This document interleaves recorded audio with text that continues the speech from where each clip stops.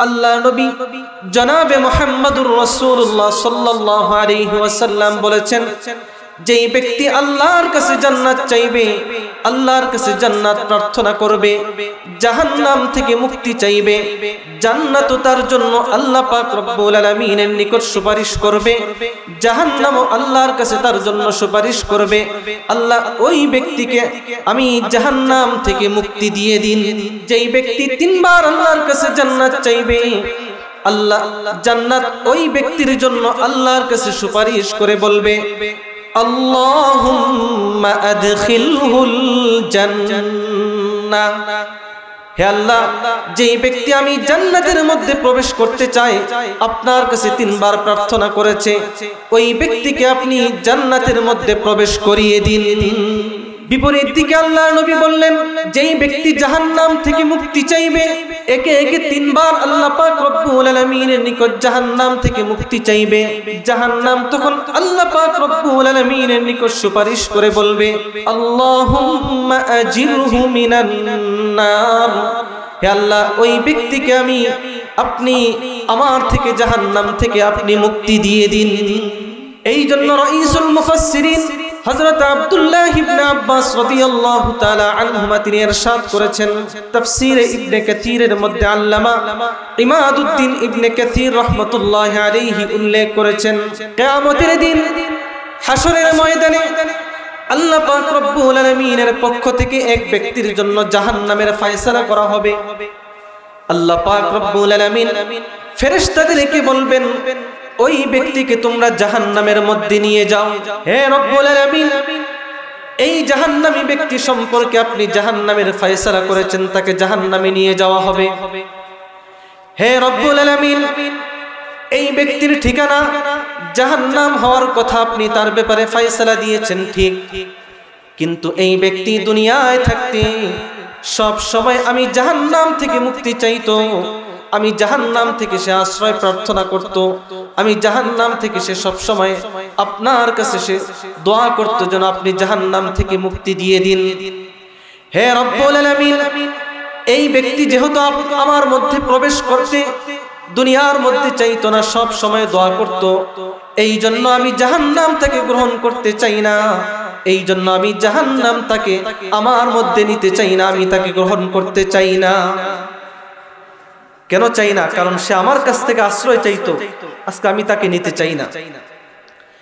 যেই মাত্র জাহান্নাম আল্লাহ পাক রব্বুল আলামিনকে এই জবাব দিবে, আল্লাহ পাক রব্বুল আলামিন তখন ফেরেশতাদেরকে লক্ষ্য করে বলবেন, আরসিলু আবদি, আমার এই বান্দাকে তোমরা জাহান্নাম থেকে মুক্তি দিয়ে জান্নাতে পৌঁছিয়ে দাও।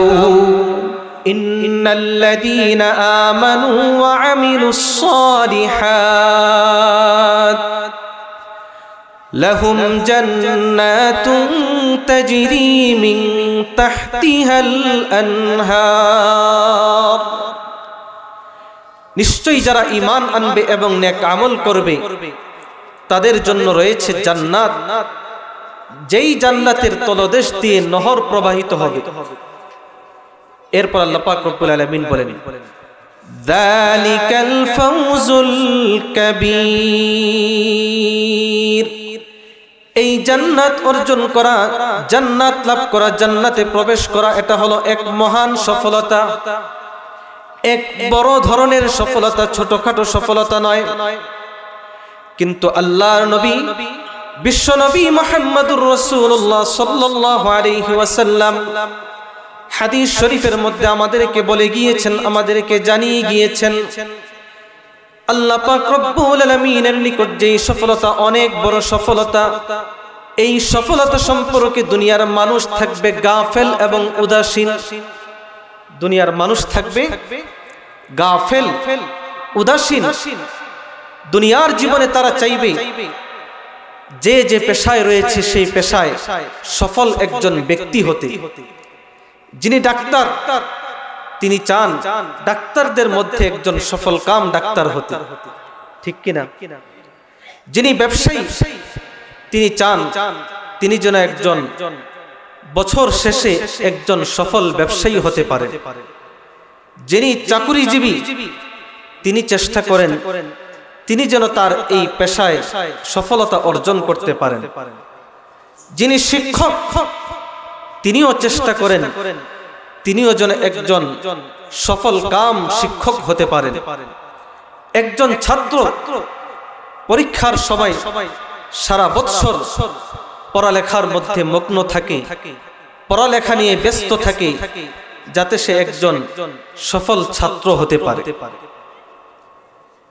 কিন্তু আমার এই সফল ছাত্র হওয়া, আমার এই সফল ডাক্তার হওয়া, সফল চাকুরিজীবী হওয়া, সফল ব্যবসায়ী হওয়া, দুনিয়ার জীবনের বিভিন্ন দিক থেকে সফলতা অর্জন করা, এই সফলতার কোনো মূল্য, কোনো দাম আল্লাহ পাক রব্বুল আলামিনের নিকট থাকবে না যদি পরকালে আমরা জাহান্নাম থেকে মুক্তি এবং জান্নাত অর্জন করতে না পারি। কিন্তু আজকে আমরা দুনিয়ায় সবাই সফল কাম হতে চাই, কিন্তু পরকালীন জীবনে আমরা কিভাবে সফল হব, কোন পথে অগ্রসর হলে আমাদেরকে সফলতা অর্জন করতে পারবো, সফলতার ধার প্রান্তে আমরা পৌঁছতে পারবো, সেটা নিয়ে আমরা অনেকেই চিন্তা ফিকির করি না, ঠিক কিনা? আল্লাহর নবী বলেছেন যে এই সফলতা সম্পর্কে দুনিয়ার মানুষ থাকবে গাফেল, উদাসীন, গাফলতের ঘুমের মধ্যে তারা বিভোর হয়ে থাকবে। হাদিস শরীফের মধ্যে এসেছে আল্লাহর নবী বলেন, মা রাআইতু মিসলান নারিনা মাহারিবুহা, যে জাহান্নামের মতো ভয়ঙ্কর দ্বিতীয় আর কোন দৃশ্য, দ্বিতীয় আর কোন বস্তু আমি দেখি নাই। কে বলেছেন? আল্লাহর নবী বলেছেন। দেখে বলেছেন না না দেখে? দেখে বলেছেন। আমরা জানি মিরাজের সফরে আল্লাহর নবী সাল্লাল্লাহু আলাইহি ওয়াসাল্লাম জান্নাত এবং জাহান্নাম দুটোই আল্লাহ পাক রব্বুল আলামিন রাসূল করিম সাল্লাল্লাহু আলাইহি ওয়াসাল্লামকে দেখিয়েছেন। তো আল্লাহর নবী বললেন, মা রাআইতু মিসলান নারিনা মাহারিবুহা, জাহান্নামের মতো দ্বিতীয় আর কোনো ভয়ঙ্কর দৃশ্য আমি নবী দেখি নাই। কিন্তু এই জাহান্নাম থেকে যারা পলায়ন করবে, যারা পালিয়ে থাকবে, যারা যাদের পলায়ন করা উচিত তারা পালায় না, তারা বরং ঘুমিয়ে থাকে, তারা বরং ঘুমিয়ে থাকে। বিপরীত দিকে আল্লাহ নবী বললেন, ওয়ালা মিসলুল জান্নাতি নামা তালিবুহা, জান্নাতের মতো নিয়ামতপূর্ণ জায়গা, আনন্দের জায়গা, সুখের জায়গা আমি দেখি নাই। কিন্তু এই জান্নাত যারা অর্জন করবে, এই জান্নাত যারা জান্নাতে যারা প্রবেশ করতে চায়, তারা এই জান্নাতের জন্য চেষ্টা করে না, বরং ঘুমিয়ে থাকে, তারা ঘুমিয়ে থাকে। এখন আপনাদের নিকট প্রশ্ন, আমরা কি জান্নাত অর্জনে অবহেলা, জাহান্নাম থেকে মুক্তি লাভ করার ক্ষেত্রে আমরা অবহেলা করব না চেষ্টা করব? সবাই করব, সবার আওয়াজ নাই, সবাই করব। তো এখন আমরা যে চেষ্টাটা করব জান্নাতে যাওয়ার জন্য এবং জাহান্নাম থেকে মুক্তি লাভ করার জন্য, এটার জন্য আল্লাহ পাক রব্বুল আলামিন পবিত্র কোরআনে কারীমের সূরা ফাতিহা থেকে নিয়ে শুরু করে সূরা নাস পর্যন্ত আল্লাহ আমাদের জীবনের বিভিন্ন দিক কিভাবে আমরা সফলতা অর্জন করতে পারবো তা বিস্তারিত ভাবে আল্লাহ পাক রব্বুল আলামিন উল্লেখ করেছেন। এর মধ্যে আমাদের নবী মুহাম্মদুর রাসূলুল্লাহ সাল্লাল্লাহু আলাইহি ওয়াসাল্লাম তিনি জান্নাতে যাওয়ার জন্য এবং জাহান্নাম থেকে মুক্তি লাভ করার সংক্ষিপ্ত ভাবে দুইটা কর্মসূচি উল্লেখ করেছেন। কয়টা কর্মসূচি? কয়টা কর্মসূচি? দুইটা। এই দুইটা কর্মসূচি যারা পালন করবে, আল্লাহর নবী বলেছেন তারা মৃত্যুবরণ করবে, জান্নাত তাদেরকে গ্রহণ করার জন্য প্রস্তুত হয়ে থাকবে। এই দুইটা কর্মসূচি কি? আল্লাহর নবী বলেন, মান আহাব্বা আন ইউযাহযাহা আনিন নার, তোমাদের মধ্যে যারা জাহান্নাম থেকে মুক্তি পাওয়া এটা কামনা করে, ওয়া ইউদখালাল জান্নাতা, এবং জান্নাতে প্রবেশ করতে চায়। আমরা চাই কি চাই না? সবাই চাই কিনা? আল্লাহ নবী জনাবে মুহাম্মদুর রাসূলুল্লাহ সাল্লাল্লাহু আলাইহি ওয়াসাল্লাম বলেছেন, যেই ব্যক্তি আল্লাহর কাছে জান্নাত চাইবে, আল্লাহর কাছে জান্নাত প্রার্থনা করবে, জাহান্নাম থেকে মুক্তি চাইবে, জান্নাতও তার জন্য আল্লাহ পাক রব্বুল আলামিনের নিকট সুপারিশ করবে, জাহান্নামও আল্লাহর কাছে তার জন্য সুপারিশ করবে। আল্লাহ ওই ব্যক্তিকে আমি জাহান্নাম থেকে মুক্তি দিয়ে দিন। মান সাআলাল্লাহাল জান্নাতা সালাসা মাররাত, যেই ব্যক্তি আল্লাহর কাছে 3 বার জান্নাত চাইবে। কয়বার? কয়বার? আল্লাহ নবী বলেন, ক্বালাতিল জান্নাহ, যেই ব্যক্তি 3 বার আল্লাহর কাছে জান্নাত চাইবে, আল্লাহ জান্নাত ওই ব্যক্তির জন্য আল্লাহর কাছে সুপারিশ করে বলবে, আল্লাহুম্মা আদখিলহুল জান্নাহ, হে আল্লাহ, যেই ব্যক্তি আমি জান্নাতের মধ্যে প্রবেশ করতে চাই, আপনার কাছে 3 বার প্রার্থনা করেছে, ওই ব্যক্তিকে আপনি জান্নাতের মধ্যে প্রবেশ করিয়ে দিন। বিপরীত দিকে আল্লাহ নবী বললেন, যেই ব্যক্তি জাহান্নাম থেকে মুক্তি চাইবে, একে একে 3 বার আল্লাহ পাক রব্বুল আলামিনের নিকট জাহান্নাম থেকে মুক্তি চাইবে, জাহান্নাম তখন আল্লাহ পাক রব্বুল আলামিনের নিকট সুপারিশ করে বলবে, আল্লাহুম্মা আজিরহু মিনান নার, হে আল্লাহ, ওই ব্যক্তিকে আপনি আমার থেকে জাহান্নাম থেকে আপনি মুক্তি দিয়ে দিন।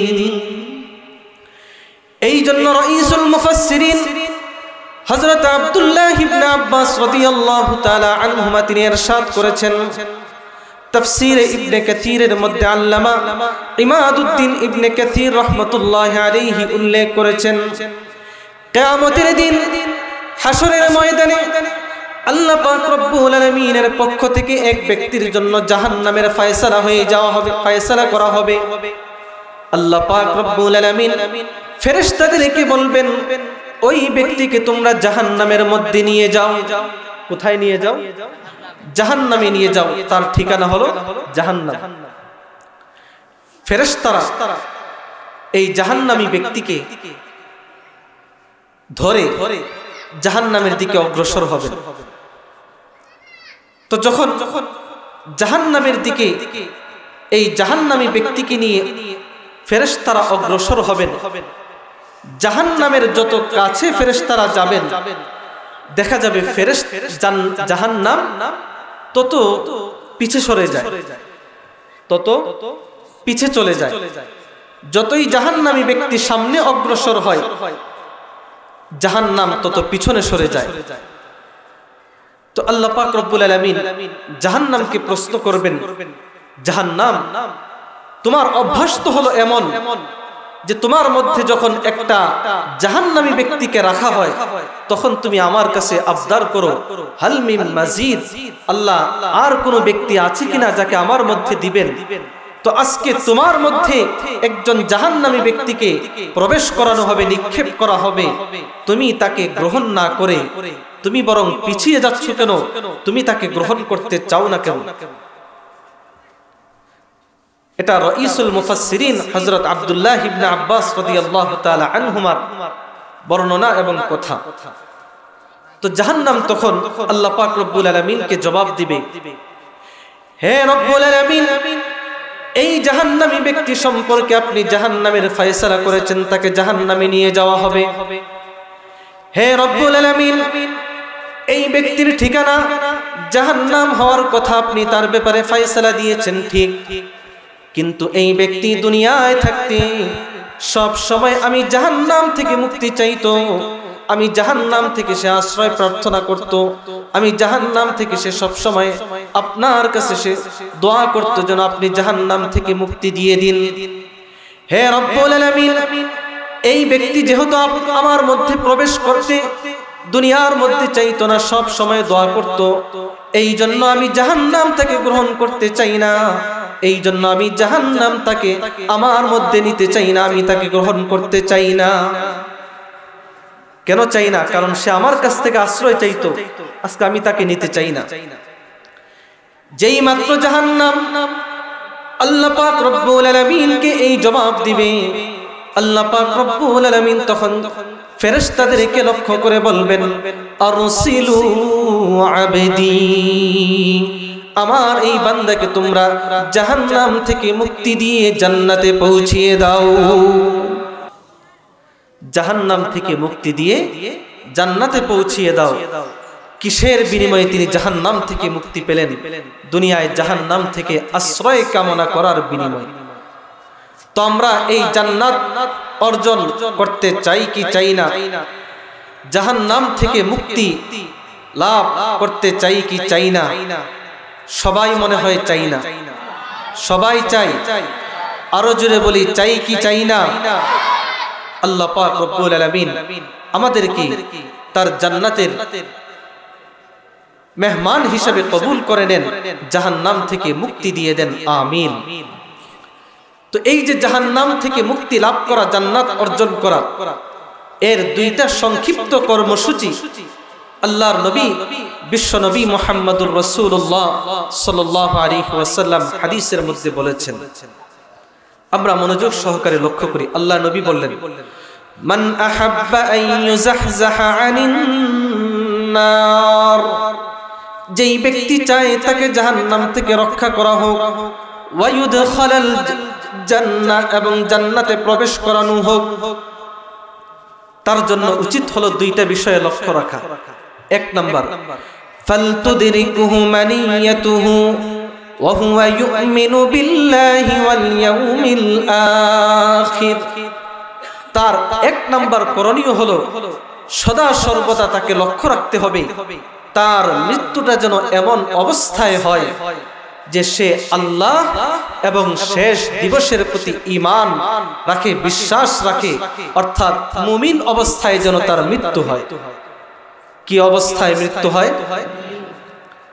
তাহলে এক নাম্বার কর্মসূচি হলো মুমিন অবস্থায় ঈমানের হালতে আল্লাহ তাআলার প্রতি বিশ্বাসী হয়ে দুনিয়া থেকে বিদায় গ্রহণ করা, ঈমানি মৃত্যু লাভ করা। যেই ব্যক্তি ঈমানি মৃত্যু লাভ করবে, এটা হলো এক নাম্বার কর্মসূচি। দুই নাম্বার, জান্নাত অর্জন করা, জাহান্নাম থেকে মুক্তি লাভ করার দুই নাম্বার কর্মসূচি আল্লাহ নবী বলেছেন, ওয়ায়াতি ইলান নাসি মা ইউহিব্বু আন ইউতা ইলাইহি, সেজন্য মানুষের সাথে এমন আচরণ করে যেই আচরণ সে নিজে পেতে পছন্দ করে। আমরা আমাদের সাথে কেউ অসৎ আচরণ করুক, খারাপ আচরণ করুক, মন্দ আচরণ করুক, আমরা কেউ চাই? সবাই আমরা চাই কি যে মানুষের সাথে আমি দুর্ব্যবহার করলেও মানুষ যেন আমার সাথে ভালো ব্যবহার করে, ঠিক কিনা? সবাই আমরা চাই আমাকে যেন মানুষ সম্মান করে, আমার সাথে যেন কেউ অসৎ আচরণ না করে, আমার সাথে যেন কেউ মন্দ আচরণ না করে। তো আল্লাহ নবী বলেছেন, তুমি যেমন মানুষের কাছ থেকে ভালো আচরণের প্রত্যাশা রাখো, মানুষের সাথে তুমি তেমনি ভালো আচরণ করবে। তো এই হলো সংক্ষিপ্তভাবে দুইটা কর্মসূচি। এক নাম্বার কর্মসূচি হলো ঈমানের সাথে মৃত্যুবরণ করা। দ্বিতীয় কর্মসূচি হলো মানুষের সাথে ভালো ব্যবহার করা, সৎ আচরণ করা, মানুষকে কষ্ট দেওয়া থেকে, মানুষের সাথে মন্দ আচরণ করা থেকে বিরত থাকা। তো এইবার যদি আমরা এই দুইটা কর্মসূচির একটু পর্যালোচনা শুনি, আলোচনা শুনি।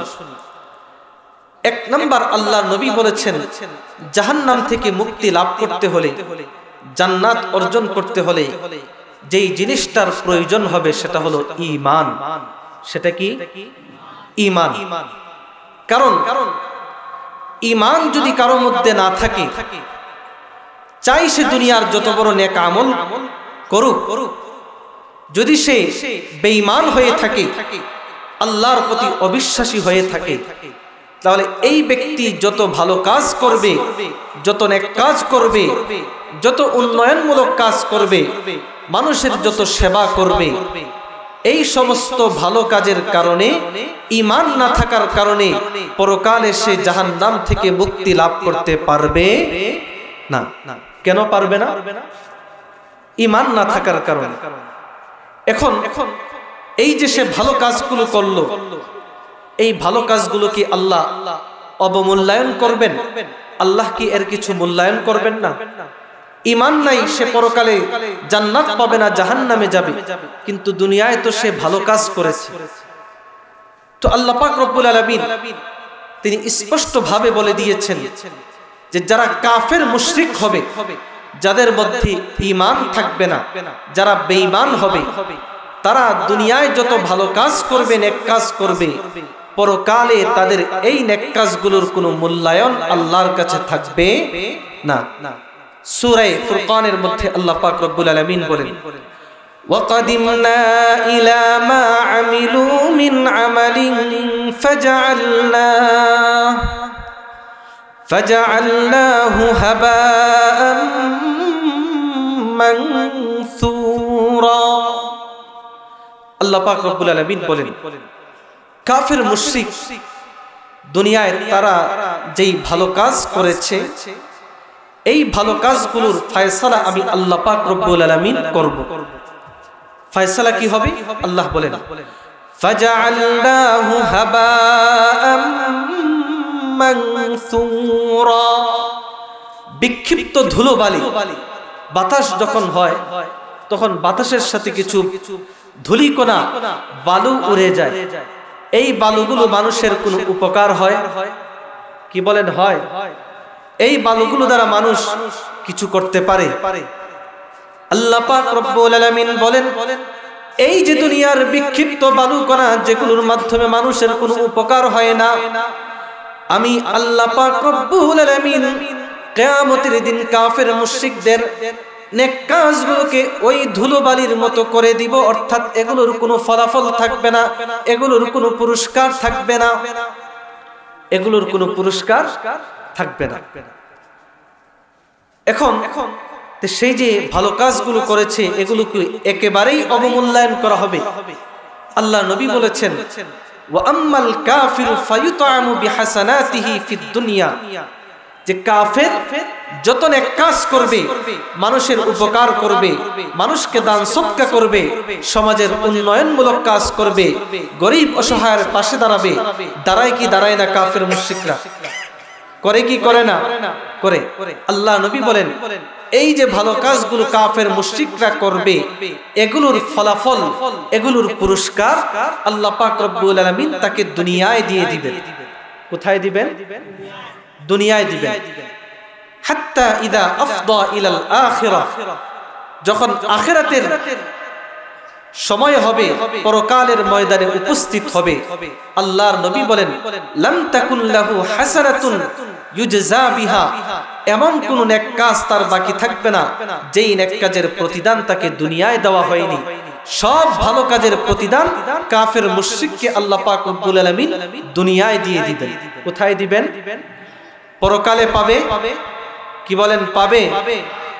এখন দুনিয়ায় কিভাবে দিবেন এর একটা দৃষ্টান্ত আপনাদেরকে শোনাই। হাকিমুল উম্মত আশরাফ আলী থানভী রাহমাতুল্লাহি আলাইহি, আমরা নাম শুনেছি কিনা? তো এই হাকিমুল উম্মত আশরাফ আলী থানভী রাহমাতুল্লাহি আলাইহির বরাতে মুফতি তাকি উসমানী দামাত বারাকাতুহুম তার ইসলাহি খুতুবাতের মধ্যে উল্লেখ করেছেন যে আল্লাহ কাফের মুশরিককে দুনিয়ায় কিভাবে তার ভালো কাজের পুরস্কার দেন। এটা বুঝাতে গিয়ে তিনি উল্লেখ করেছেন যে এক এলাকার মধ্যে দুইজন ব্যক্তি মৃত্যু শয্যায় শায়িত। কয়জন ব্যক্তি? দুইজন। একজন ব্যক্তি তার ধর্ম পরিচয় হলো ইহুদি, আল্লাহকে মানে না মানে না, মানে না মানে না। আর আরেকজনের ধর্ম পরিচয় হলো সে মুসলমান। তাহলে সে আল্লাহর প্রতি বিশ্বাস রাখে। তো এই দুইজন যখন মৃত্যু শয্যায় শায়িত, যেই ব্যক্তিটা ইহুদি ছিল, বিধর্মী ছিল, ইহুদি ধর্মের অনুসারী ছিল, তার জীবনের শেষ একটা ইচ্ছা জাগ্রত হলো যে সে মাছ খাবে। কি খাবে? মাছ খাবে। আর যেই ব্যক্তিটা মুমিন ছিল, তার মনের মধ্যে একটা আশা জাগ্রত হলো, জীবনের শেষ মুহূর্তে সে জাইতুনের তেল খাবে। কি খাবে? জাইতুনের তেল। তাহলে ইহুদির ইচ্ছা কি? আপনারা কি আমার আলোচনা বুঝতেছেন? তো ইহুদির ইচ্ছা কি আর মুমিনের ইচ্ছা হলো জাইতুনের তেল খাওয়া। এখন দেখা গেল ইহুদি ব্যক্তি তার ইচ্ছা হলো সে মাছ খাবে, কিন্তু তার এলাকার আশেপাশের পুকুরের মধ্যে যত মাছ ছিল কোনো মাছ আর এখন নাই। তাহলে এখন ইহুদির ইচ্ছা পূর্ণ হবে না অপূর্ণ থেকে যাবে? তার ইচ্ছাটা অপূর্ণ থেকে যাবে। আর মুমিন তার ইচ্ছা ছিল সে জাইতুনের তেল খাবে। ঘটনাক্রমে দেখা গেল তার ঘরের আলমিরার মধ্যে একটা বাক্সের মধ্যেই জাইতুনের তেল ছিল।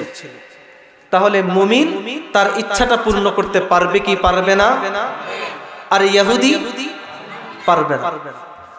তো আল্লাহ পাক রব্বুল আলামিন দুইজন ফেরেশতাকে ভিন্ন ভিন্ন মুহূর্তে ডাকলেন।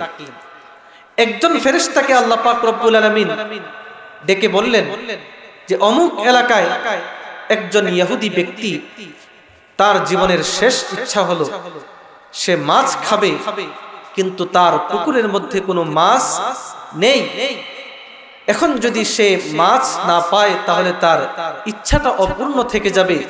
এই জন্য তুমি একটা মাছ নিয়ে তার বাড়ির পুকুরের মধ্যে তুমি রেখে আসো। কে নির্দেশ দিলেন? আল্লাহ নির্দেশ দিলেন। আরে এই ফেরেশতা তখন ওই ব্যক্তির পুকুরের মধ্যে, ইহুদি ব্যক্তির পুকুরে মাছ রেখে আসলেন।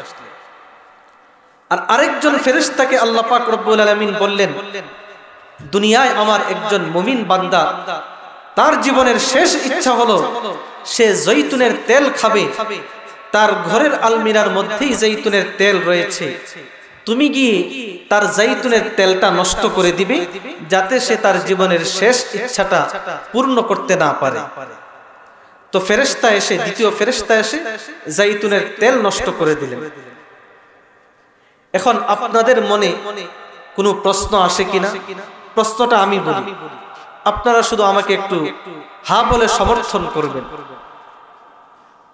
যে বিষয়টা তো আমাদের দৃষ্টিতে, আমাদের যুক্তিতে এমন হওয়া ছিল যে যেই ব্যক্তি ইহুদি আল্লাহর প্রতি বিশ্বাস রাখেনি, আল্লাহ মানেনি, রাসূলকে মানেনি, তার হাবিবকে মানেনি, তার জীবনের শেষ ইচ্ছাটা অপূর্ণ রেখে তার পুকুরের মধ্যে মাছ দেওয়া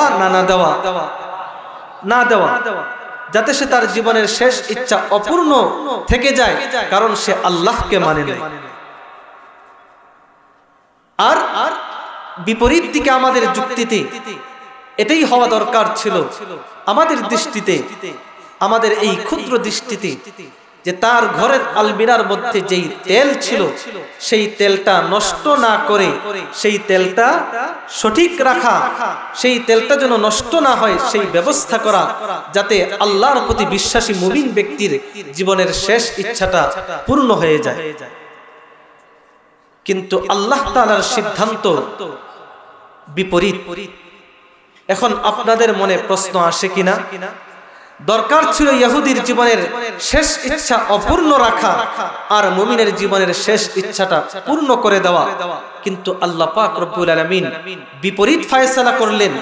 ইহুদির ঘরে, ইহুদির পুকুরের মধ্যে মাছ রেখে আসতে বললেন, আর মুমিনের ঘরে থাকা তেলকে আল্লাহ নষ্ট করে দিতে বললেন। আমাদের দৃষ্টিতে তো বিষয়টা হওয়া দরকার ছিল উল্টো। তো এই দুই ফেরেশতা যখন তাদের আল্লাহ পাক রব্বুল আলামিনের নির্দেশ পালন করে যাবেন, তো দুইজনের পরস্পরের সাক্ষাৎ। ইহুদির কাছে যেই ফেরেশতা প্রেরণ করেছিলেন আর মুমিনের নিকট যেই ফেরেশতা প্রেরণ করেছিলেন, তারা একে অপরকে প্রশ্ন করলেন যে বিষয়টা তো তোমাকে আল্লাহ পাঠিয়েছেন ইহুদির পুকুরে মাছ রেখে দেওয়ার জন্য, আসলে তো বিষয়টা এমন হওয়া ছিল তাকে বরং মাছ থেকে বঞ্চিত করে আল্লাহর প্রতি বিশ্বাস না রাখার কারণে তার জীবনের শেষ ইচ্ছা অপূর্ণ রেখে তার মাছ খাওয়ার ইচ্ছা আল্লাহ পূর্ণ না করা। আর ইহুদির মুমিনের আর ইহুদির কাছে যেই ফেরেশতা প্রেরণ করেছিলেন, সেই ফেরেশতা অপর ফেরেশতাকে বললেন বিষয়টা তো এমন হওয়া আমাদের দৃষ্টিতে উচিত ছিল যে মুমিনের তেলটাকে নষ্ট না করে তেলটা তার আপন অবস্থায় রেখে মুমিনের শেষ ইচ্ছা পূর্ণ করা, কিন্তু আল্লাহ পাক রব্বুল আলামিন করলেন এর বিপরীত। এই দুইজন ফেরেশতা আল্লাহ পাক রব্বুল আলামিনের নিকট গিয়ে তারা উপস্থিত হয়ে বললেন, হে রব্বুল আলামিন, দুনিয়ায় আপনার যেই ব্যক্তি আপনার প্রতি বিশ্বাস রাখত না, আপনার প্রতি বিশ্বাস স্থাপন করত না, আপনার হাবিবকে মানত না, যেই ইহুদিরা আপনার হাবিবের চরম দুশমন ছিল, মুমিনদের চরম দুশমন, সেই ইহুদি ব্যক্তির শেষ ইচ্ছাটা আপনি পূর্ণ করে দিলেন। তার পুকুরের মধ্যে আপনি একটা মাছ রাখতে বললেন।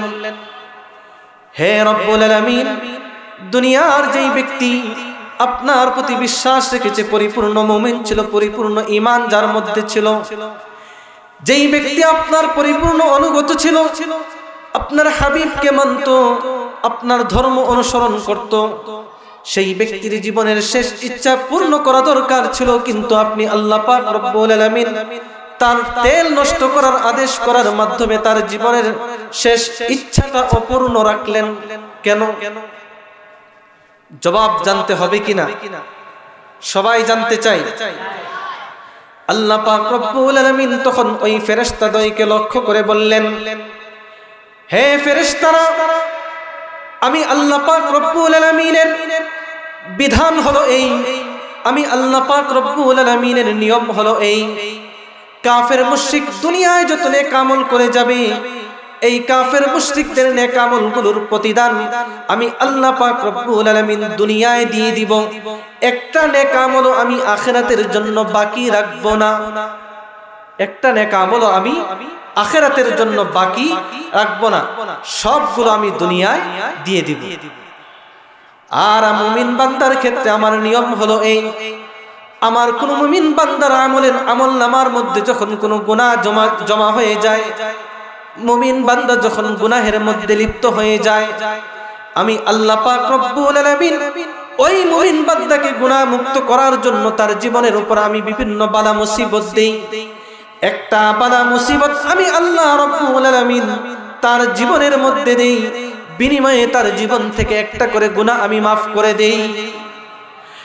এই জন্য আল্লাহর নবী বিশ্ব নবী মুহাম্মদুর রাসূলুল্লাহ সাল্লাল্লাহু আলাইহি ওয়াসাল্লাম তিনি বলেছেন, ওয়ামা ইয়াজালুল বালাউ বিল মুমিনি ওয়াল মুমিনাতি ফি নাফসিহি ওয়া ওয়ালাদিহি ওয়া মালিহি। আল্লাহর পক্ষ থেকে একজন মুমিন বান্দার জীবনের মধ্যে, সন্তানাদির মধ্যে, পরিবার বর্গের মধ্যে, তার সম্পদের মধ্যে আল্লাহ পাক রব্বুল আলামিনের পক্ষ থেকে বিভিন্ন বালা মুসিবত এবং পরীক্ষা আসবে। এই বালা মুসিবত এবং পরীক্ষা আল্লাহ পাক রব্বুল আলামিন কেন ওই মুমিন বান্দাকে দিবেন? তার গুনাহগুলোকে মাফ করে দেওয়ার জন্য। আল্লাহর নবী বলেন, এইভাবে যখন একজন মুমিন বান্দার আমলনামার মধ্যে গুনাহগুলো জমা হয়ে যায়, আমি আল্লাহ তার উপর বালা মুসিবত দিয়ে দেই, হাত্তা ইয়ালকাল্লাহ ওয়া মা আলাইহি খাতিআ। আল্লাহর কাছে যখন এই মুমিন বান্দা বালা মুসিবত সহ্য করে আসে, তার আমলনামার মধ্যে একটা গুনাহ তখন বাকি থাকে না, তার আমলনামার মধ্যে একটা গুনাহ বাকি থাকে না। এইবার আল্লাহ পাক রব্বুল আলামিন ফেরেশতাদেরকে লক্ষ্য করে বললেন, এই যে ইহুদি ব্যক্তির তার জীবনের শেষ ইচ্ছা আমি পূর্ণ করলাম, তার পুকুরের মধ্যে আমি মাছ রেখে দিতে বললাম। কেন বললাম? কারণ এই ইহুদি ব্যক্তি দুনিয়ার মধ্যে অনেক নেক আমল করে এসেছিল, অনেক ভালো কাজ করেছে। সবগুলো ভালো কাজের প্রতিদান আমি আল্লাহ তাকে দুনিয়ায় দিয়ে দিয়েছিলাম। একটা নেক কাজ এমন ছিল যেই নেক কাজের প্রতিদান আমি তাকে এখনো দেই নেই। এই ব্যক্তি যদি এই অবস্থায় দুনিয়া থেকে মৃত্যুবরণ করে, তাহলে তার একটা নেক আমলের প্রতিদান দেওয়া বাকি থাকবে। এই জন্য আমি আল্লাহ তার মাছ খাওয়ার ইচ্ছা পূর্ণ করে দিলাম। তার জীবনের সকল নেক আমলের পুরস্কার আমি তাকে দুনিয়ায় দিয়ে দিলাম। আমি যে তাকে মাছ খাওয়ার আশাটা পূর্ণ করে দিলাম, এটা হলো দুনিয়ায় তার যে একটা নেক আমলের পুরস্কার দেওয়া বাকি ছিল, এই পুরস্কার স্বরূপ আমি তার মাছের ব্যবস্থা করে দিলাম। তাহলে আল্লাহর এই সিদ্ধান্তের রহস্য, হিকমত দুনিয়ার মানুষের পক্ষে বোঝা সম্ভব নয়। এই জন্য সমাজের মধ্যে কিছু মানুষ দেখবেন এমন, যারা কোরআন পারে না, হাদিস পারে না, কোরআনের একটা অর্থ বলতে পারবে না, কোরআনে কারীমের একটা আয়াতের অর্থ বলতে পারবে না, হাদিসের একটা অর্থ বলতে পারবে না, যারা মাদ্রাসায় যায়নি, কোরআন হাদিস নিয়ে গবেষণা করেনি, শুধুমাত্র তাদের বিবেক বুদ্ধি দিয়ে আল্লাহর সিদ্ধান্তের উপর তারা আপত্তি এবং আপত্তি তুলতে চায়। কি বলেন? এই রকম নামধারী মুসলমান সমাজের মধ্যে নাই? কি বলেন নাই? নামে পাক্কা মুসলমান বলে আল্লাহর প্রতি বিশ্বাস রাখলাম, আল্লাহর বিধান মেনে নিলাম, কিন্তু দেখবেন আল্লাহর দেওয়া বিভিন্ন বিধানের উপর সে আপত্তি তুলবে, কখনো প্রকাশ্যে, কখনো ইনিয়ে বিনিয়ে যুক্তিদার করে আল্লাহর বিধানের উপর আপত্তি তুলবে। মনে রাখতে হবে, যারা আল্লাহর বিধানের উপর আপত্তি তুলবে তারা নামে মুসলমান হলেও, মুখে মুসলমান দাবি করলেও, নামাজ আদায় করলেও, হজ আদায় করলেও, যাকাত দিল, তারা আসলে মুসলমান হতে পারে? এই যে ইহুদি ব্যক্তি তার জীবনের শেষ ইচ্ছা পূর্ণ করেছেন, আমাদের এই ক্ষুদ্র আকল বলে তার জীবনের শেষ ইচ্ছা পূর্ণ না করে তাকে শাস্তি দেওয়া, কারণ সে আল্লাহকে মানত না। কিন্তু আল্লাহর হিকমত আর রহস্য হলো সে দুনিয়ায় ভালো কাজ করেছে, একটা ভালো কাজ বাকি ছিল, এই জন্য আল্লাহ তার ভালো কাজের প্রতিদান দিয়ে দিয়েছেন মাসের মাধ্যমে। আর এই যে মুমিন ব্যক্তি, তাকে আল্লাহ কেন তার তেলটা নষ্ট করলেন? আল্লাহ পাক রব্বুল আলামিন ফেরেশতাকে লক্ষ্য করে বললেন, হে ফেরেশতাদ্বয়, এই মুমিন ব্যক্তি আমার প্রতি বিশ্বাস রাখে ঠিক, আমার প্রতি ঈমান রাখে ঠিক, তার তেলটা নষ্ট না করা দরকার ছিল।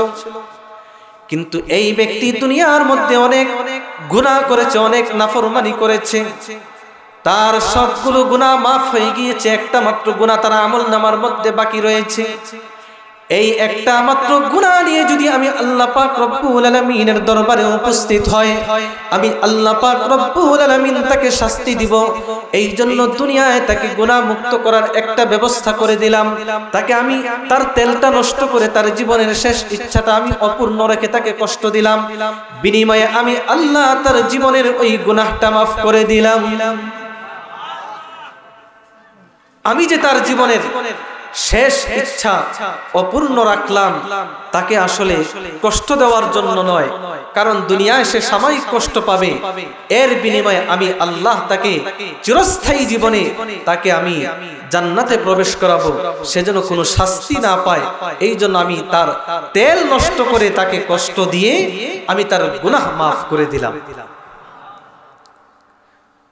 তো যেই প্রসঙ্গে আমাদের আলোচনা ছিল, এক নাম্বার হলো ঈমান থাকা। কি থাকা? ঈমান থাকা।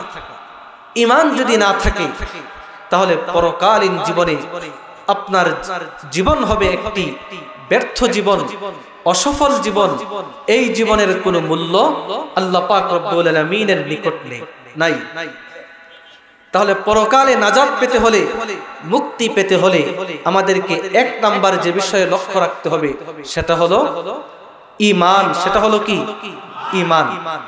ঈমান যার মধ্যে থাকবে, সে যদি নেক আমল অল্প করে, তার নেক আমলের পরিমাণ যদি অল্প হয়ে থাকে, এমনকি তার গুনাহের পরিমাণ যদি পাহাড় পরিমাণও হয়, শুধুমাত্র ঈমানের কারণে আল্লাহ পাক রব্বুল আলামিন তাকে জাহান্নাম থেকে মুক্তি দিয়ে দিবেন। একটি হাদিস আল্লাহর নবী সাল্লাল্লাহু আলাইহি ওয়াসাল্লাম বলেছেন যে কিয়ামতের দিন আল্লাহ পাক রব্বুল আলামিন দুনিয়ার সমস্ত মানুষের সামনে একজন ব্যক্তিকে উপস্থিত করবেন। ইন্নাল্লাহা সায়ুখাল্লিসু রাজুলাম মিন উম্মতি আলা রুউসিল খালাইক ইয়াউমাল কিয়ামাহ। উপস্থিত করে আল্লাহ তার সামনে ফায়ানশুরু আলাইহি 99 সিজিল্লা, 99টা আমলনামার খাতা আল্লাহ তার সামনে তুলে ধরবেন। কয়টা? 99টা। প্রত্যেকটা আমলনামার খাতার মধ্যে, রেজিস্টার খাতার মধ্যে প্রত্যেকটার মধ্যে শুধু বদ আর অসৎ কর্মের কথা রয়েছে, একটা নেক আমলের কথাও নাই। তো এই যে 99টা আমলনামার খাতা, এগুলো কেমন হবে? আল্লাহ নবী বলেন কুল্লু সিজিল্লিম মিসলু মাদ্দিল বাসার। প্রত্যেকটা খাতা হবে একজন মানুষের দৃষ্টির সীমা পর্যন্ত বিস্তৃত। কি পর্যন্ত? সীমা পর্যন্ত। অর্থাৎ একজন মানুষ সামনে তাকালে তার দৃষ্টি যত দূর যায়, আশেপাশে তার দৃষ্টি যত দূর যায়, একটা খাতা হবে তত বড়। এরকম কয়টা খাতা? 99টা খাতা।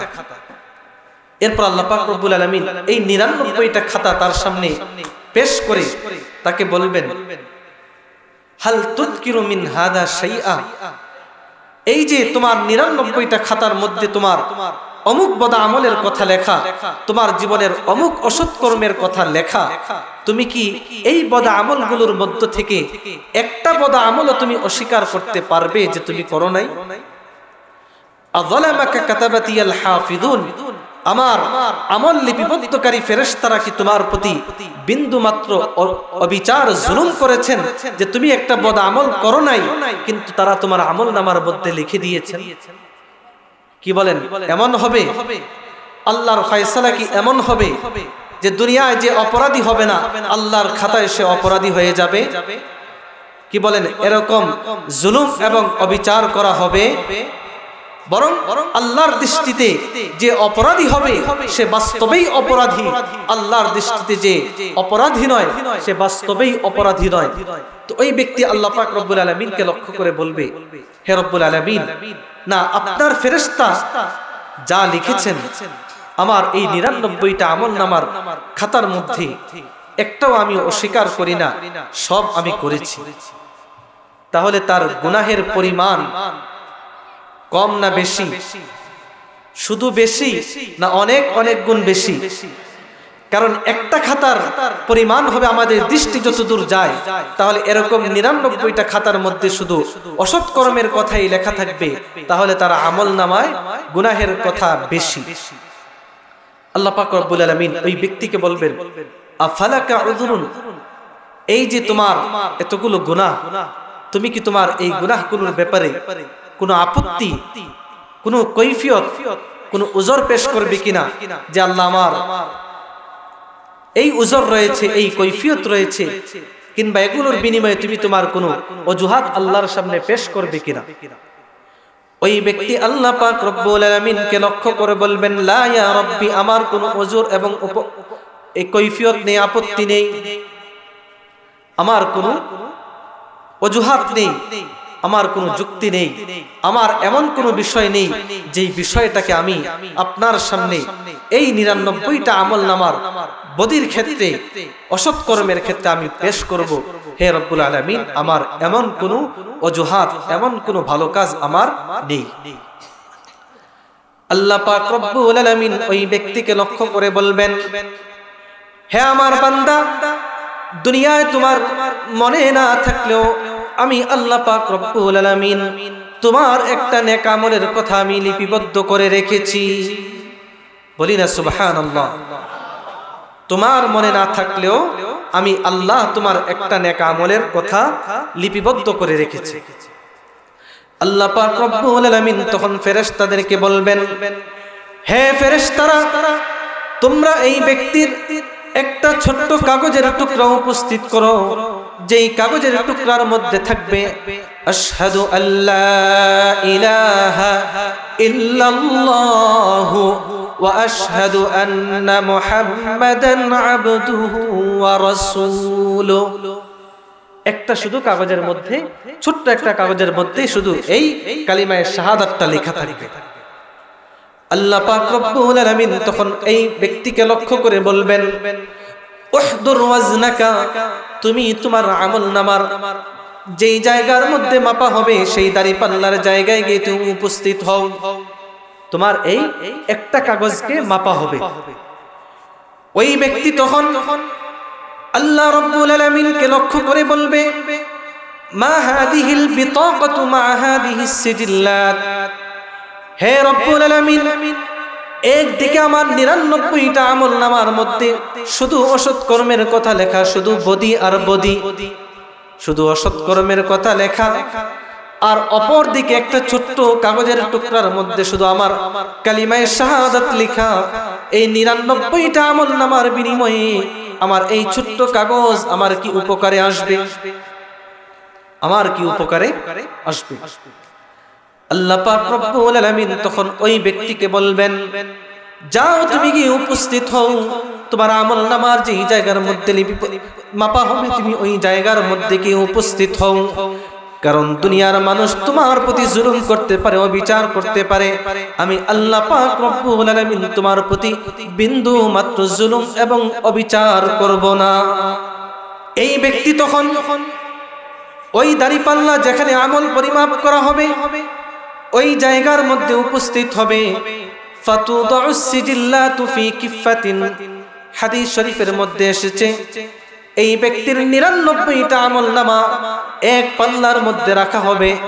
ওয়াতুদাউল বিতাকাতু ফি কিফাতিন, আর কালিমায়ে শাহাদাত লিপিবদ্ধ একটা ছোট্ট কাগজের টুকরা আরেক পাল্লার মধ্যে রাখা হবে।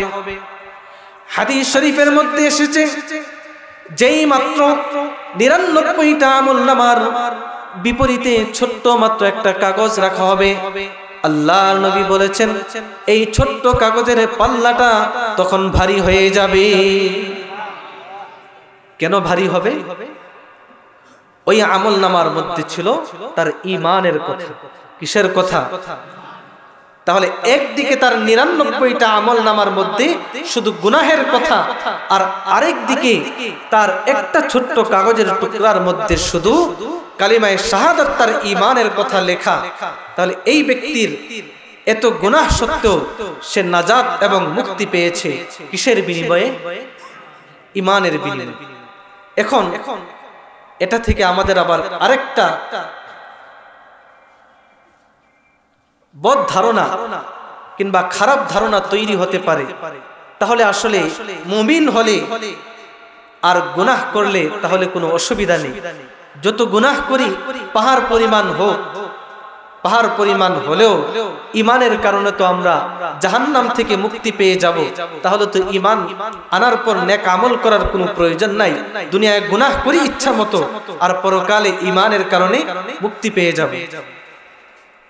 আমাদেরকে বুঝতে হবে যে ঈমানের কারণে যে আল্লাহ পাক রব্বুল আলামিন মুক্তি দিবেন, মুক্তি দেওয়ার ক্ষেত্রে দেখা যাবে দুনিয়ার কিছু মানুষ থাকবে এমন যারা ছিল পরিপূর্ণ নেক আমলকারী এবং অসৎ কর্ম থেকে তারা পরিপূর্ণভাবে বেঁচে থাকত। তারা আল্লাহর তৈরি জান্নাতের মধ্যে জাহান্নাম থেকে প্রাথমিক পর্যায়ে সর্বপ্রথমেই তারা মুক্তি পেয়ে যাবে। আর কিছু মানুষ থাকবে এমন যারা একদিকে মুমিন কিন্তু অপর দিকে তাদের আমলনামার মধ্যে গুনাহের কথা রয়েছে। তারা নামাজ পড়েনি, যাকাত দেয়নি, হজ করেনি, মানুষের সম্পদ আত্মসাৎ করেছে, মানুষকে কষ্ট দিয়েছে। এরকম কিছু মানুষ কিয়ামতের দিন থাকবে, কিন্তু তাদের পরিচয় কি? তারা হলো মুমিন, কিন্তু তারা গুনাহগার মুমিন। তো এই সকল গুনাহগার মুমিন ব্যক্তিদের ক্ষেত্রে তারাও জান্নাতে যাবে ঠিক, কিন্তু জান্নাতে যাওয়ার ক্ষেত্রে তাদেরকে জান্নাতে প্রবেশ করানোর ক্ষেত্রে আল্লাহ তাআলার অনেকগুলো পদ্ধতি রয়েছে, এর মধ্যে একটা পদ্ধতি হলো এই, আল্লাহ তাদেরকে জান্নাতে প্রবেশ করাবেন তাদের গুনাহের শাস্তি ভোগ করানোর পর। কিসের পর?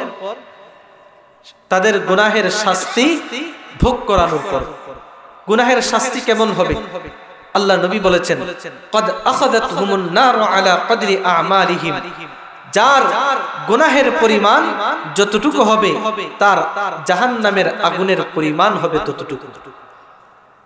আল্লাহ নবী আরেকটু ব্যাখ্যা দিয়ে বলেন, মিনহুম মান তাখুযুহুন নারু ইলা কাবাইহি, মুমিন ব্যক্তিদের মধ্যে কিছু মুমিন থাকবে এমন যাদের আগুন পায়ের গোড়ালি পর্যন্ত পৌঁছে যাবে। কোন পর্যন্ত?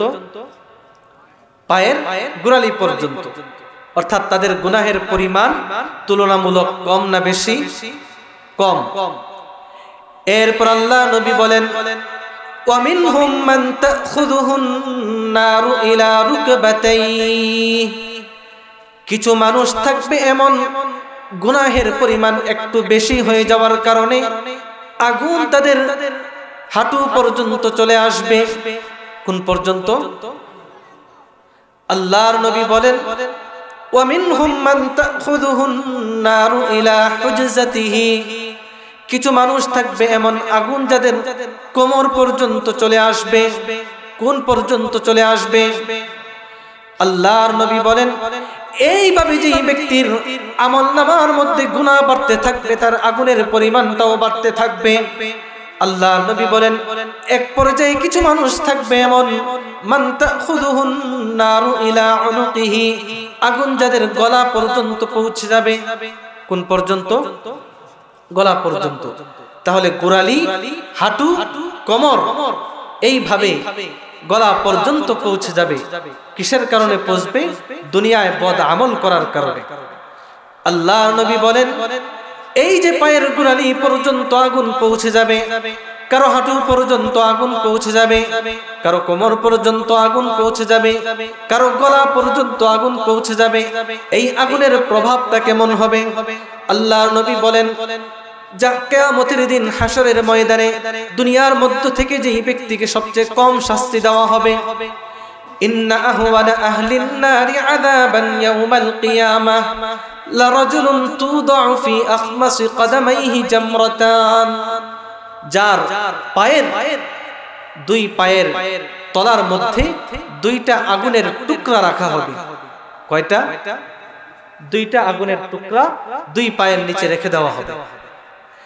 গোড়ালি পর্যন্ত আগুন হলে এর প্রভাব কেমন হবে? হাঁটু পর্যন্ত আগুন হলে সেই আগুনের প্রতিক্রিয়া কেমন হবে? গলা পর্যন্ত আগুন হলে সেই আগুনের প্রতিক্রিয়া কেমন হবে? একটু মনোযোগ সহকারে লক্ষ্য করি। আল্লাহর নবী বলেন যে যেই ব্যক্তির আগুন গোড়ালি পর্যন্ত নয়, বরং তার দুইটা পায়ের নিচে দুইটা টুকরা রাখা হবে। এই দুইটা টুকরা আগুনের প্রভাবের কারণে ইয়াগলি মিনহুমা দিমাগুহু, ব্যক্তির মাথার মগজগুলো পানি যেমন টকবক করে, ওই ব্যক্তির মাথার মগজ তখন টকবক করতে থাকবে। নাউযুবিল্লাহ। তাহলে যেই ব্যক্তির পায়ের নিচে শুধু দুইটা আগুনের টুকরা থাকার কারণে মাথার মগজ যদি টকবক করে, যার আগুন পায়ের গোড়ালি পর্যন্ত আসবে, যার হাঁটু পর্যন্ত আসবে, যার গলা পর্যন্ত আসবে, তার শাস্তি কেমন হবে এই একটু অনুমান করা যায় কিনা? সামান্য দুইটা আগুনের টুকরার প্রভাবের কারণে মাথার মগজ টকবক করবে। তাহলে যেই ব্যক্তির আগুন গলা পর্যন্ত হবে, আল্লাহর নবী বলেছেন, কদ ইয়াকুনু হুমামা, তারা তখন কয়লায় পরিণত হয়ে যাবে। কিসে পরিণত হবে? কয়লায় পরিণত হয়ে যাবে। এই জন্য ঈমান থাকলে জান্নাতে প্রবেশ করা যাবে, ঠিক। শুধু ঈমানের কারণে জান্নাতে প্রবেশ করা যাবে, ঠিক। কিন্তু এটার কারণে ধোঁকায় পড়ে গুনাহের মধ্যে লিপ্ত হওয়া যাবে না। কারণ গুনাহের মধ্যে লিপ্ত হলেও জান্নাতে প্রবেশ করা যাবে, ঠিক, কিন্তু শাস্তি ভোগ করার পর। শাস্তি কেমন হবে? গুনাহ যতটুকু হবে শাস্তি ততটুকু হবে। এই জন্য আমাদেরকে সর্বপ্রথম লক্ষ্য রাখতে হবে ঈমান যেন আমাদের মধ্যে থাকে।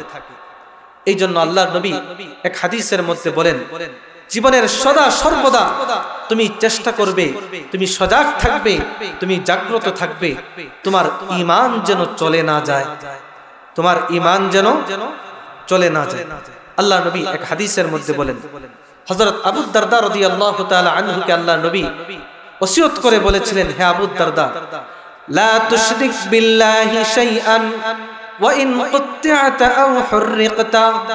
হে আবু দারদা, যদি তুমি আল্লাহর সাথে শিরিক করো না, দেখা যাবে আল্লাহর সাথে যদি শিরিক করতে চাও, শিরিক থেকে বেঁচে থাকতে চাও, পরিপূর্ণ ঈমানের উপর যদি তুমি অবিচল থাকতে চাও, তাহলে তোমাকে টুকরো টুকরো করে ফেলা হবে। যদি পরিপূর্ণ ঈমান তুমি বক্ষে ধারণ করতে চাও, তাহলে কাফের মুশরিকদের আগুনে তোমাকে জ্বালিয়ে পুড়িয়ে মারা হবে। আর যদি তুমি ঈমান ছেড়ে দাও, তাহলে কাফের মুশরিকদের নির্যাতন এবং অত্যাচার থেকে তুমি বেঁচে যাবে। তোমাকে পুড়ে মারা হবে না, তোমাকে টুকরো টুকরো করে মারা হবে না, যদি তুমি ঈমান ছেড়ে দাও। হে আবু দারদা, তুমি দুনিয়ার এই শাস্তি থেকে বাঁচার জন্য, কাফের মুশরিকদের আগুন এবং হত্যা থেকে বাঁচার জন্য তুমি আল্লাহর সাথে শিরিক করবে না। ঈমান রক্ষা করতে গিয়ে যদি তোমাকে কাফের মুশরিকদের হাতে হত্যা হতে হয়, শহীদ হতে হয়, তবু তুমি শহীদ হবে, কিন্তু তুমি তোমার ঈমান ছাড়বে না। ঈমান রক্ষা করতে গিয়ে যদি তোমাকে কাফের মুশরিকদের হাতে টুকরো টুকরো হয়ে যেতে হয়, তাহলে তুমি ঈমান রাখবে, কাফেরদের হাতে তুমি তোমার জীবনকে বিলিয়ে দিবে। এখন আমরা করব কি? ঈমান ছেড়ে দিব না ঈমান আঁকড়ে ধরব?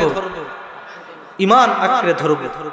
যারা শত নির্যাতন, অত্যাচার, প্রতিবন্ধকতার মধ্যেও ঈমানকে আঁকড়ে ধরবে, এই ঈমান নিয়ে তারা যখন আল্লাহর দরবারে উপস্থিত হবে, আল্লাহ পাক রব্বুল আলামিনের পক্ষ থেকে তাদেরকে সম্মানিত এবং মর্যাদাবান করা হবে। কেমন সম্মানিত এবং মর্যাদাবান করা হবে? হাদিস শরীফের মধ্যে এসেছে, মেরাজের রজনীতে যখন আল্লাহর নবী জিবরিল আমিনকে নিয়ে সফর করছেন, যাত্রা পথে এক জায়গায় আল্লাহ নবী বললেন, আতাত আলাইয়া রাইহাতুন তাইয়্যিবা, আমি একটা সুঘ্রাণ অনুভব করলাম, আমার নাকে একটা ঘ্রাণ আসলো। তো আল্লাহ নবী জিবরিল আমিনকে প্রশ্ন করলেন, মা হাদিহির রাইহাতুত তাইয়্যিবা, হে জিবরিল আমিন, আমি নবী যেই ঘ্রাণ আমার নাকে আসছে, এই ঘ্রাণটা কিসের? জিবরিল আমিন আল্লাহ নবী সাল্লাল্লাহু আলাইহি ওয়াসাল্লামকে লক্ষ্য করে বললেন, ইয়া রাসূলুল্লাহ, ইয়া হাবিবাল্লাহ, এই যে সুঘ্রাণ আপনি অনুভব করছেন, এটা হলো দুনিয়ার ফেরাউনের কন্যা যে ছিল, ফেরাউনের কন্যার চুল আছড়িয়ে দিত একজন মহিলা। ফেরাউনের কন্যার চুল আছড়িয়ে দিত একজন মহিলা। এই মহিলার সুঘ্রাণ, চুল আছড়িয়ে যে দিত ওই মহিলা এবং তার সন্তানদের ঘ্রাণ। তো আল্লাহ নবী জিবরিল আমিনকে প্রশ্ন করলেন, ওয়ামা শানুহা, তার শরীর থেকে ওই কখনকার ফেরাউন তার কন্যার চুল আছড়িয়ে দিত, ওই মহিলার মানে ফেরাউনের কন্যার চুল আছড়িয়ে দিত একজন মহিলা, ওই মহিলার ঘ্রাণ এত বৎসর পরে আসছে, এর কারণ কি? জিবরিল আমিন আল্লাহ নবীকে বিস্তারিত ঘটনা খুলে বললেন যে এই মহিলা ফেরাউনের কন্যার চুল আছড়িয়ে দিত সব সময়। একদিন তার হাত থেকে চিরুনিটা যখন পড়ে যায়, জমিন থেকে যখন সে তার চিরুনিটা তুলবে, তোলার সময় সে বলেছিল বিসমিল্লাহি। কি বলেছিল? অর্থ কি? কার নামে? আল্লাহর নামে। তো ফেরাউনের কন্যা যখন দেখলো যে এই মহিলা আমার চুল আছড়িয়ে দিতে গিয়ে চিরুনি যখন জমিনে পড়লো, চিরুনি তুলতে গিয়ে এই এলাকার মধ্যে তো রব হলেন একজন, সে হলো আমার পিতা ফেরাউন, কিন্তু ফেরাউনের নাম না নিয়ে এই মহিলা নাম নিল আল্লাহ। এই জন্য সে বলল, আবি, আমার পিতার নাম কি তুমি নিবে না? আমার পিতার নাম তুমি নিবে না? ওই মহিলা তখন ফেরাউনের কন্যাকে লক্ষ্য করে বললেন, রব্বি ওয়া রব্বু আবিকি আল্লাহ, আমার রব এবং তোমার পিতা ফেরাউনের রব হলেন একজন, তিনি হলেন কে? তিনি হলেন কে? আল্লাহ। তো এইবার ফেরাউনের কন্যা, ফেরাউন যেমন জালেম অত্যাচার ছিল, এই জালেমের ঘরেও যে কন্যা জন্মগ্রহণ করেছিল সেও ছিল বাবার বলা যায় জুলুমের ক্ষেত্রে যোগ্য অনুসারী, অর্থাৎ সেও একজন জালেম। তো এই কন্যা তখন ওই মহিলাকে বলল, উখবিরুহু বিযালিক, তুমি যদি আমার পিতার নাম তোমার জবানে উচ্চারণ না করো তাহলে আমি আমার পিতাকে জানিয়ে দিব। ওই মহিলা বললেন, তুমি যদি তোমার পিতাকে জানিয়ে দিতে চাও তাহলে তুমি জানিয়ে দাও, কিন্তু এরপরও তোমার পিতার অত্যাচার আর জুলুম নির্যাতনের কারণে আমি আমার আল্লাহর নাম বাদ দিয়ে তোমার পিতার নাম উচ্চারণ করতে পারবো না। তো এই কন্যা বাবাকে জানিয়ে দিল। বাবাকে জানিয়ে দেওয়ার পর ফেরাউন এই মহিলাকে ডেকে বললেন, ওয়া ইন্না লাকি রাব্বান গায়রি, আমি ফেরাউন ছাড়াও কি তোমার কোনো রব রয়েছে? কার সামনে? কার সামনে? ফেরাউনের সামনে। ছোটখাটো জালেম না বড় জালেম? বড় জালেম। এই ফেরাউনের সামনে তখন এই মহিলা বললেন, রব্বি ওয়া রাব্বুকাল্লাহ, হে ফেরাউন, আপনার নির্যাতনের ভয়ে, আপনার অত্যাচারের ভয়ে, আপনার জুলুমের ভয়ে আমি আল্লাহর বিশ্বাস ছেড়ে দিয়ে আপনার নাম উচ্চারণ করতে পারবো না, বরং আমি বিশ্বাস করি আমার রব এবং আপনার রব হলেন আল্লাহ। এইবার ফেরাউন সে তার সভাসদদেরকে নির্দেশ দিল, তোমরা একটা পাত্র গরম করো, এই পাত্রের মধ্যে তাকে এবং তার সন্তানদেরকে নিক্ষেপ করা হবে। নিক্ষেপ করার জন্য পাত্র গরম করা হলো। যেই মাত্র নিক্ষেপ করা হবে এই মহিলা তখন বললেন, ইন্নালি ইলাইকা হাজা, হে ফেরাউন, আপনার প্রতি ঈমান না আনার কারণে, আল্লাহকে বিশ্বাস করার কারণে আপনি আমাকে পাত্রে নিক্ষেপ করবেন, আমার সন্তানাদিদেরকে নিক্ষেপ করবেন, এই ব্যাপারে আপনার সাথে আমার কোনো আপোষ নেই, আপনার সাথে আমার কোনো কথাও নেই, কিন্তু আমার একটা দাবি আপনার কাছে রয়েছে। ফেরাউন বলল, ওয়ামা হাজাতুকি, কি তোমার দাবি? ওই মহিলা তখন ফেরাউনকে লক্ষ্য করে বললেন, উহিব্বু আন তাজমা'a 'ইযামি ওয়া 'ইযামা ওয়ালাদি ফি থাওবিন ওয়াহিদিন ওয়া তাদফিননা, হে ফেরাউন, তোমার প্রতি বিশ্বাস রাখতে না রাখার কারণে আজকে আমাকে এই জ্বলন্ত গরম পাত্রের মধ্যে আমাকে ফেলা হবে, আমাকে মেরে ফেলা হবে, আমার নিষ্পাপ সন্তানদেরকেও মেরে ফেলা হবে। ফেরাউন, তোমার কাছে আমার একটা শেষ আবদার হলো এই, আমাকে যখন মেরে ফেলবে, আমার সন্তানাদিদেরকে যখন তুমি মেরে ফেলবে, হাড্ডিগুলো যখন আলাদা হয়ে যাবে, আমার এবং আমার সন্তানদের হাড্ডিগুলো এক কাপড়ের মধ্যে তুমি রাখবে, রেখে এক জায়গার মধ্যে তুমি আমাদেরকে দাফন করবে, এক জায়গার মধ্যে দাফন করবে।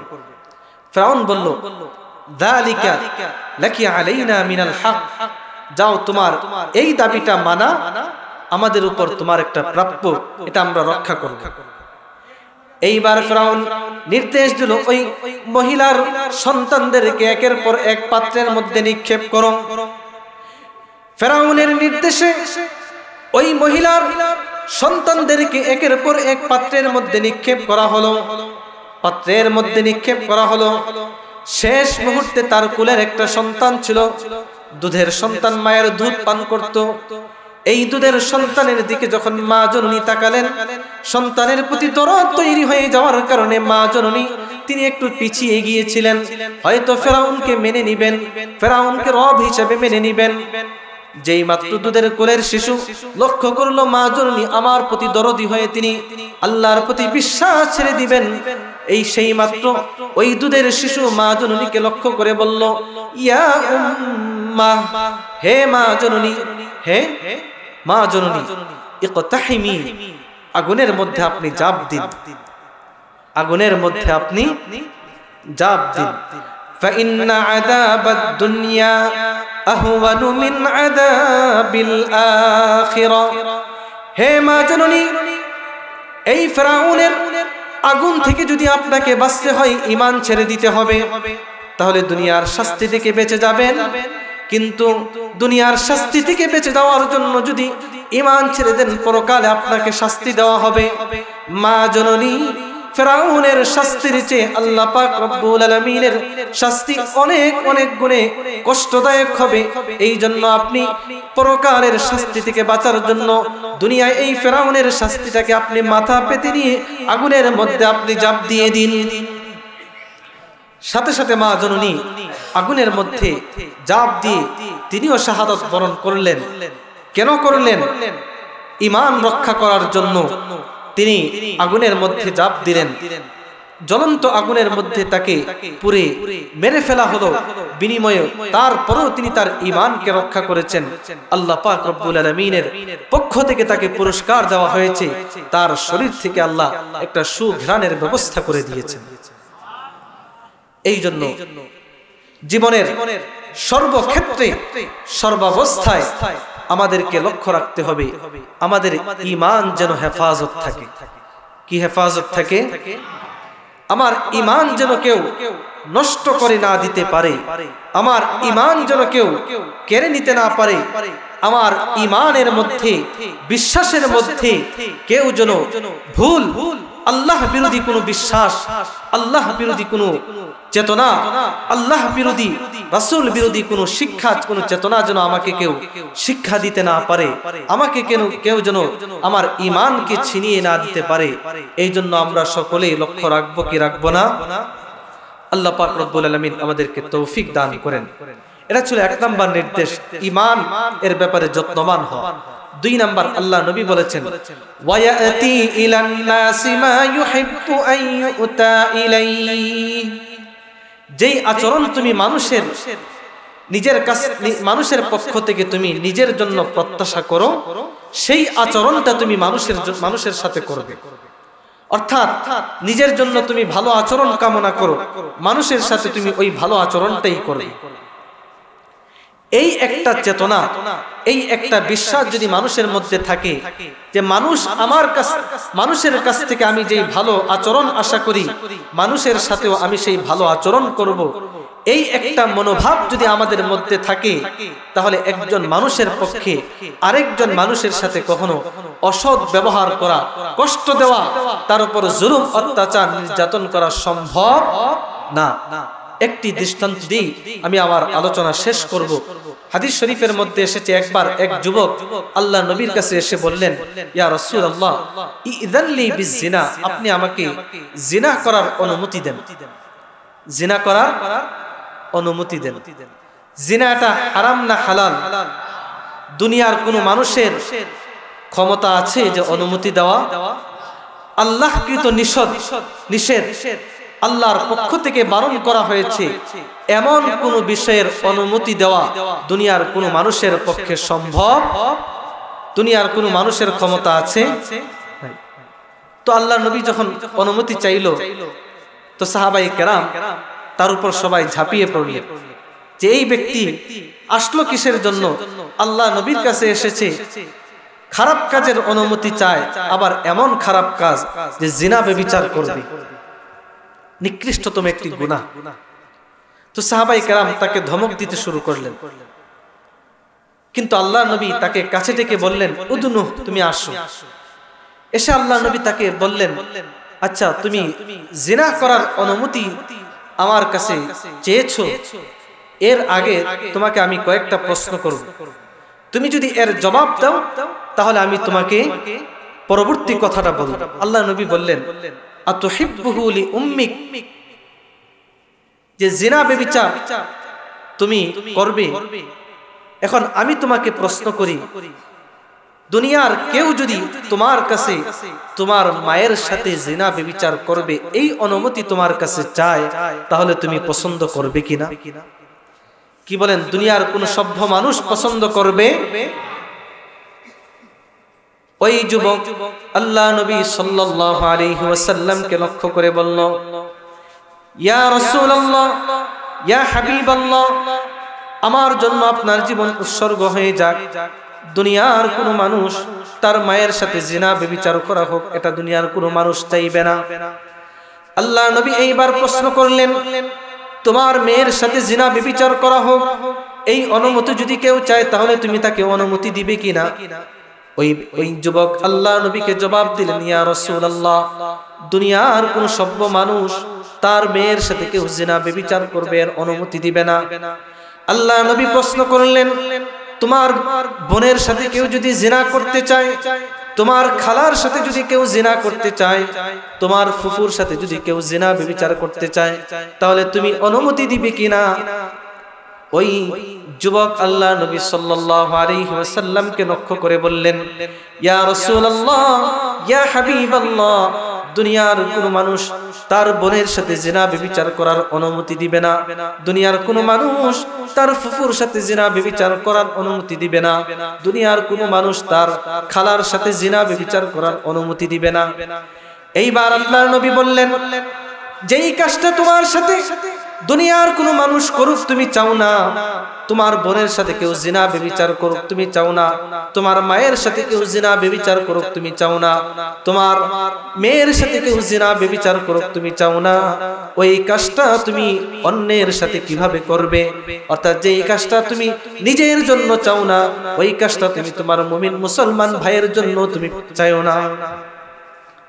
অর্থাৎ তুমি যেটা তোমার নিজের জন্য চাও না, তুমি যেমন চাও তোমার বোনকে জিনা থেকে হেফাজত করতে, তোমার মাকে জিনা থেকে হেফাজত করতে, তোমার পরিবারকে জিনা থেকে হেফাজত করতে, এই আচরণটাই তুমি মানুষের সাথে করে অন্যের বোন, অন্যের মাকে, অন্যের খালাকে, অন্যের ফুফুকে সাথে জিনা ব্যভিচার করা থেকে তুমি মুক্ত থাকো। তো এই কথাটা যখন আল্লাহ নবী তাকে বুঝালেন, বুঝানোর পর আল্লাহ নবী তার উপর হাতটা রেখে তার সাথে দোয়া করলেন, আল্লাহুম্মা ফির যামবাহু, আল্লাহ আপনি তার গুনাহ মাফ করে দেন, তার লজ্জাস্থানকে আপনি হেফাজত করেন। এই দোয়ার বিনিময়ে দেখা গেল এই যুবক পরবর্তীতে এই ধরনের কোন গুনাহের দিকে তিনি আর তার দৃষ্টি দেন নাই। পরবর্তী জীবনে তিনি এই ধরনের গুনাহ থেকে মুক্ত ছিলেন। কিসের কারণে? এই যে তার মধ্যে একটা অনুভূতি তৈরি হয়ে গিয়েছে, যেই আচরণটা আমি নিজের জন্য প্রত্যাশা করি না, সেই আচরণটা আমি মানুষের সাথে কিভাবে করি। এজন্য সদা সর্বদা মানুষের সাথে চলাফেরা করতে গিয়ে, মানুষের সাথে মুআমেলা লেনদেন করতে গিয়ে আমাদেরকে লক্ষ্য রাখতে হবে যে আমার সাথে কেউ এটা করুক, ধোঁকা প্রতারণা করুক, এটা তো আমি চাই না। অতএব আমার কোন মুমিন মুসলমান ভাইয়ের সাথেও আমি এই ধরনের কোন আচরণ আমি করব না। এই দুইটা কর্মসূচি আল্লাহ নবী বলেছেন। এক হলো ঈমান, দুই হলো মানুষের সাথে ভালো আচরণ করা, যেই ভালো আচরণ নিজের জন্য প্রত্যাশা করি। এই দুইটা বিষয়ের সংক্ষিপ্ত খোলাসা হলো এই, আল্লাহর হক আদায় করা, বান্দার হক আদায় করা। যদি কেউ আল্লাহর হক আদায় করে কিন্তু বান্দার হক আদায় করে না, তাহলেও সে জান্নাতে যেতে পারবে না। এজন্য হাদিস শরীফের মধ্যে এসেছে, আল্লাহ নবীর সামনে একবার এক মহিলার কথা আলোচনা করা হলো, ইউযকারু মিন কাসরাতি সালাতিহা ওয়া সিয়ামিহা, যে এই ব্যক্তির, মহিলা, তার অনেক নামাজ, অনেক যাকাত, অনেক হজের কথা সাহাবায়ে কেরাম আলোচনা করলেন। সাহাবায়ে কেরাম বললেন যে এই ব্যক্তি, এই মহিলা অনেক ভালো কাজ করে, নামাজ পড়ে, রোজা রাখে, হজ আদায় করে, যাকাত দেয়, আল্লাহর হক আদায় করে, ঠিক, কিন্তু এই মহিলা তুযি জিরানাহা বিলিসানিহা, তার প্রতিবেশীকে সে তার জবান দ্বারা কষ্ট দেয়। কার হক নষ্ট করে? কার হক? বান্দার হক। নামাজ পড়ে আল্লাহর হক আদায় করে, কিন্তু প্রতিবেশীকে কষ্ট দিয়ে বান্দার হক নষ্ট করে। আল্লাহর নবী বললেন, হিয়া ফিল নার, এই মহিলা বান্দার হক নষ্ট করার কারণে, আল্লাহর হক আদায় করে ঠিক, কিন্তু বান্দার হক আদায় না করার কারণে তার ঠিকানা হলো জাহান্নাম। এই জন্য আমাদেরকে বান্দার হক রক্ষা করার পাশাপাশি, আল্লাহর হক রক্ষা করার পাশাপাশি বান্দার হকের ব্যাপারেও যত্নবান হতে হবে। যেই আলোচনাগুলো আপনাদের সামনে সংক্ষিপ্ত আকারে পেশ করলাম, আমাদের সকলকে এই আলোচনার উপর আমল করার তৌফিক দান করেন, খাঁটি ঈমান নিয়ে বেঁচে থাকার তৌফিক দান করেন। আমিন। ওয়া আখিরু দাওয়ানা আনিল হামদুলিল্লাহি রাব্বিল আলামিন।